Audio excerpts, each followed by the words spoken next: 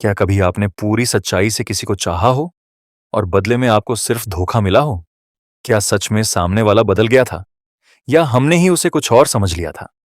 सबसे ज्यादा दर्द तब होता है जब हमें लगता है कि हमने गलत इंसान को नहीं, बल्कि गलत भरोसे को चुना। लेकिन सवाल यह है कि प्यार में धोखा आखिर मिलता क्यों है? क्या यह किस्मत है या हमारे अपने मन की कोई अनदेखी गलती?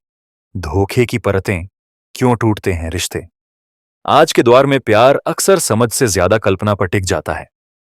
इसके मुख्य कारण कुछ इस प्रकार हैं। उम्मीदों का बोझ। हम अक्सर सामने वाले की एक आदर्श छवि बना लेते हैं।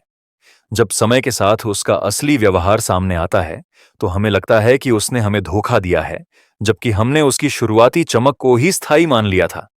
आत्मसम्मान की कमी। जब हम खुद को कम आंकते हैं, तो हम साथी की गलतियों को नजरअंदाज करने लगते हैं। यह सोच कि कम से कम वह मेरे साथ तो है, आगे चलकर बड़े धोखे की नींव बनती है। संवाद की कमी। धोखा अचानक नहीं होता। जब मन की बातें दबने लगती हैं और पति पत्नी के बीच सिर्फ जिम्मेदारियों की बात रह जाती है, तो वह खालीपन किसी तीसरे के लिए रास्ता खोल देता है। नवीनता की चाह। कई बार लोग सिर्फ नयापन और उत्साह की तलाश में भटक जाते हैं। यह प्यार नहीं, बल्कि आकर्षण का भ्रम होता है, जो स्थिरता को बोरियत समझ लेता है। जिम्मेदारी से भागना। रिश्ता निभाना धैर्य का काम है। जो लोग मुश्किलों का सामना नहीं कर पाते, वे अक्सर भागने के लिए धोखे का आसान रास्ता चुन लेते हैं।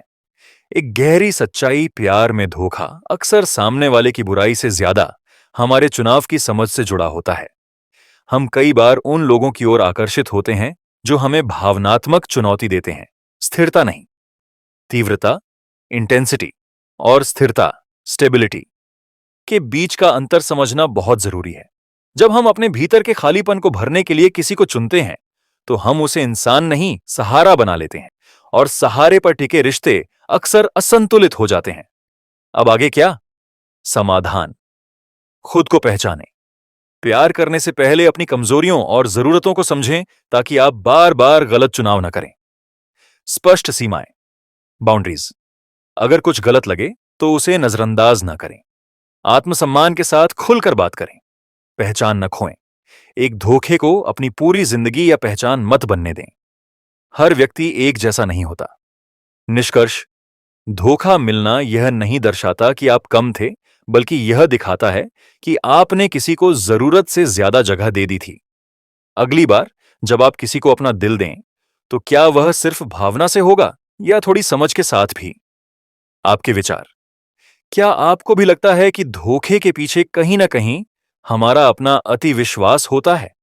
आपकी एक टिप्पणी किसी और को सही रास्ता दिखा सकती है।